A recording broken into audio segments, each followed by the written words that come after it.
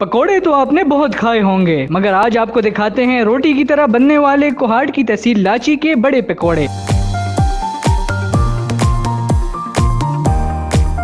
40 साल से राजगुल ये पकोड़े कैसे बना रहे हैं और इनमें क्या ऐसी खास चीज डालते हैं कि पाकिस्तान समेत दूसरे मुल्कों से भी लोग पकोड़े खाने चले आते हैं। उर्दू पॉइंट की वीडियोस देखने के लिए हमारा चैनल सब्सक्राइब कीजिए और बेल के आइकन पर क्लिक कीजिए ताकि आप हमारी तमाम आने वाली वीडियो से बाखबर रह सकें।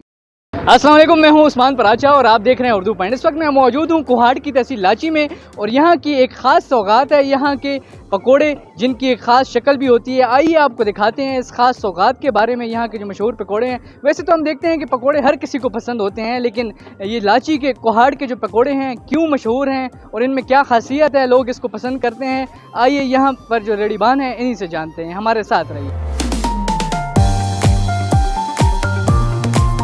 हमारे साथ इस फूड स्टॉल के, पकोड़ा स्टॉल के जो ऑनर हैं हाजी राजगुल साहब, वो मौजूद हैं। इनसे हम जानते हैं कि कितने अरसे से ये पकोड़ों का स्टॉल लगाया हुआ है इन्होंने और क्या इनमें ख़ास है कि लोग इसको पसंद करते हैं। हाजी साहब, ये लाची की सौगात है यहाँ के पकोड़े, इनके बारे में बताइए, कब से आप बेच रहे हैं, इनमें क्या ख़ास है? पूरा टाइम हो गया बेटा, कम से कम 40-50 साल तो मेरे हो गए हैं, काम कर रहे हैं, हमारा रोजगार लगा हुआ है जी।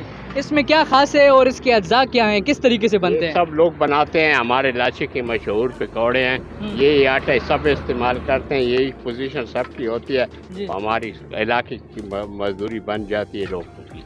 ये किस तरीके से आप बनाते हैं, इसमें क्या आप इस्तेमाल करते हैं, कैसे बनते हैं ये पहले आटा बना लेते हैं, फिर उसके बाद रोटी तरह बना के, फिर इसी तरह बना के काट के फिर वहीं लगा लेते हैं।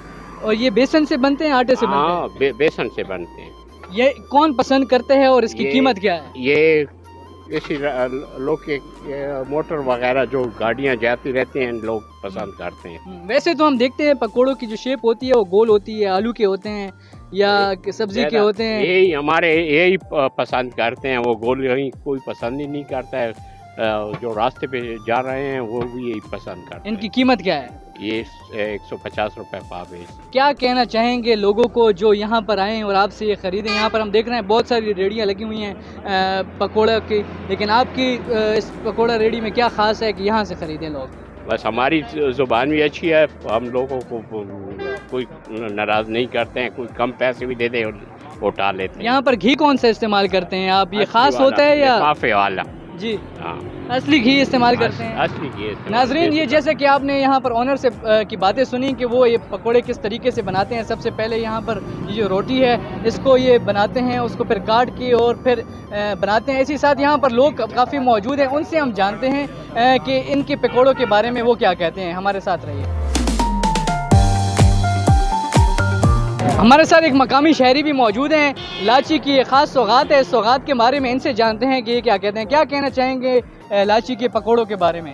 ये तकरीबन 45 ईयर से ये शख्स काम कर रहा है, ये पकोड़े बेच रहा है। ये सौगात है लाची शहर की और मैं कराची में सेटल हूँ, आया हूँ, अभी जाते हुए यहाँ से लेकर जाऊँगा। यहाँ के इसकी सौगात को लोग, यहाँ के लोग पसंद करते हैं बड़े चाहत से। जो यहाँ से लोग जाते हैं, सफ़र करते हैं, कराची, लाहौर, पेशावर, बैरून मुल्क के लिए भी ये सौगात लेकर जाते हैं यहाँ। क्या कहना चाहेंगे इनके पकोड़ों के बारे में? ये बहुत लजीज है, उसका जायका जो है ना बहुत अच्छा है। और हम अक्सर इधर से गुज़र करते हैं, तो आज हमको इधर से पता चला कि इधर के पकोड़े बहुत मज़े के, और हम भी खुद इधर टेस्ट करने के लिए आए हैं। तो माशाल्लाह हमने खाए, इधर के पकोड़े बहुत मज़ेदार है। पकोड़े तो बहुत होते हैं लेकिन इस पकोड़े की बात ही कुछ अलग है।